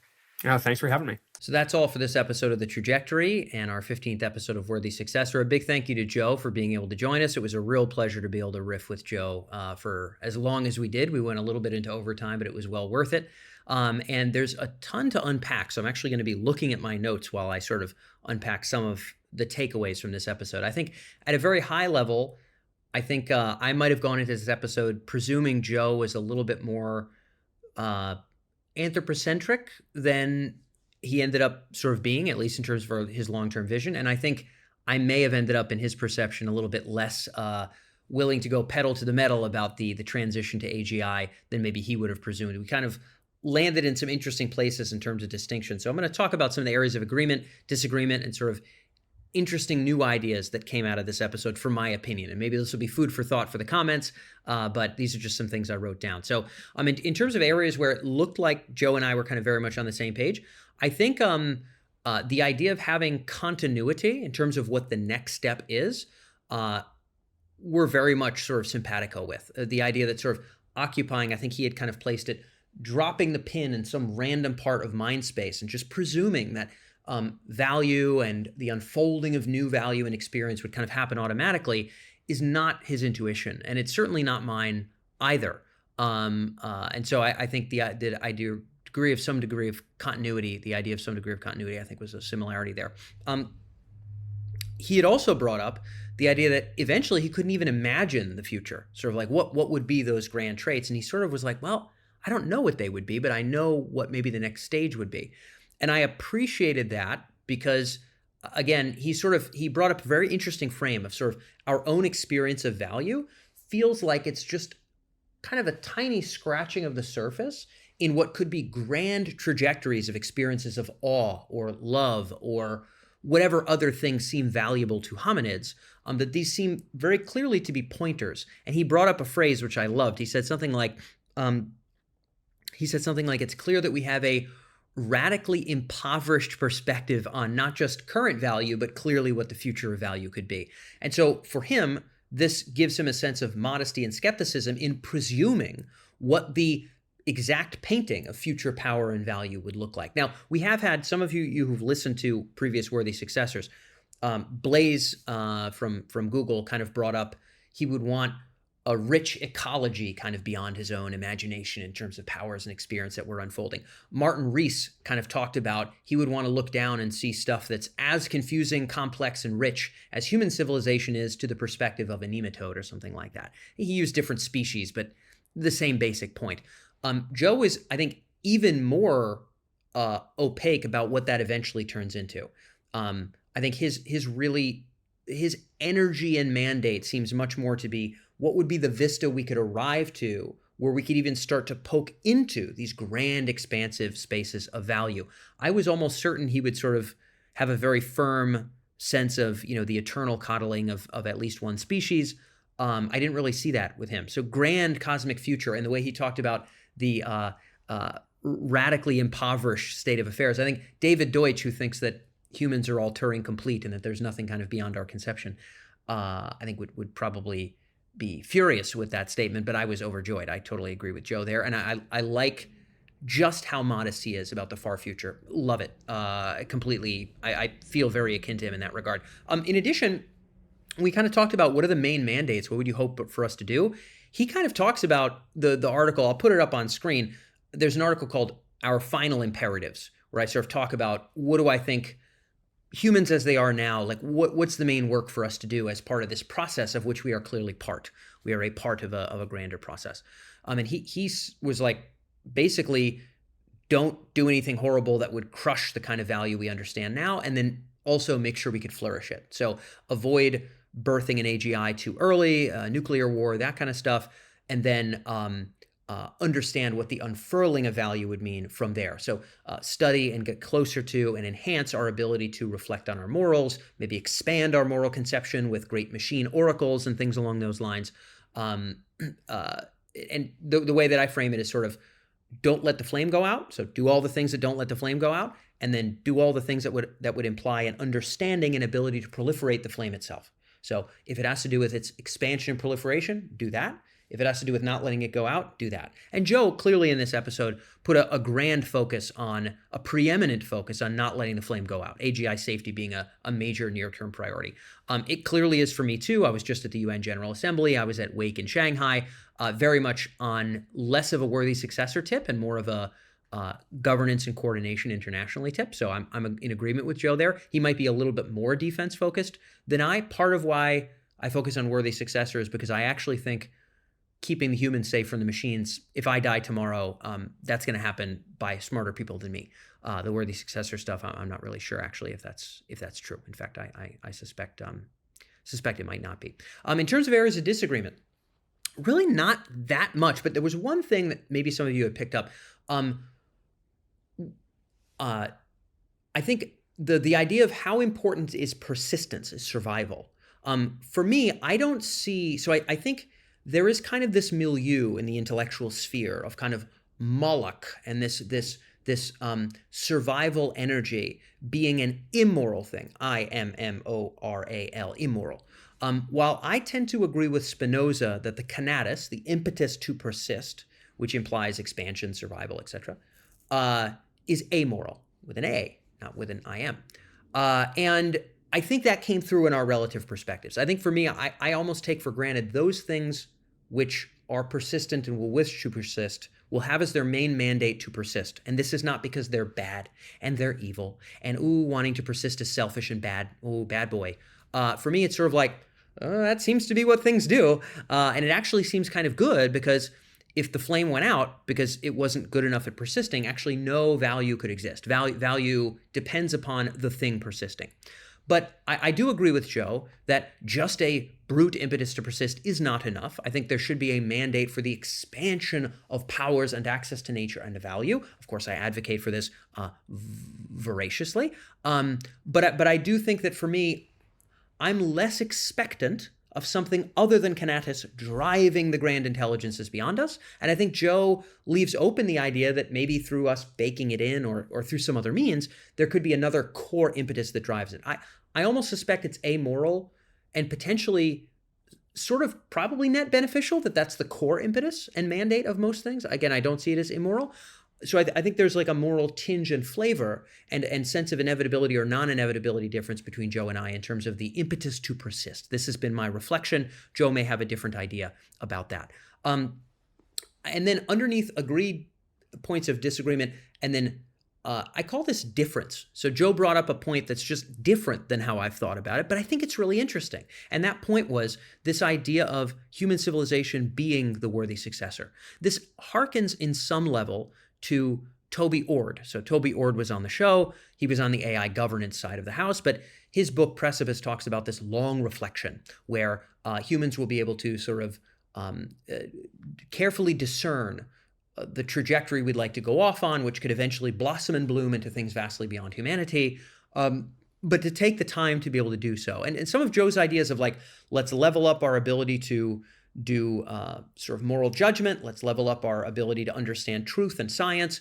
And then let's get to a vantage point of sort of coordination and peace and that kind of power to then be able to pick where we'd like to go. And then that thing, that net system of way smarter people with maybe Oracle level AI, which sort of is guiding and helping us and maybe is not conscious, but is helping us make decisions, that net global system would be able to maybe pick trajectories and initiatives that would help blossom into the new state spaces of value, which would eventually be vastly beyond our conception. And again, Joe's openness to just how blind he is to what cosmic value would be, I consider admirable and I adore about his thinking. But that's sort of his supposition. I don't mind that idea. I don't mind the idea that we can think of collectives as a kind of successor. I use the word successor because in the long term, eventually there won't be opposable thumbs. In the long term, right? Go forward enough trillions of years, there's no opposable thumbs. I think it might be hundreds, at least not opposable thumbs held by, hominids made, 1/4 composed of guanine.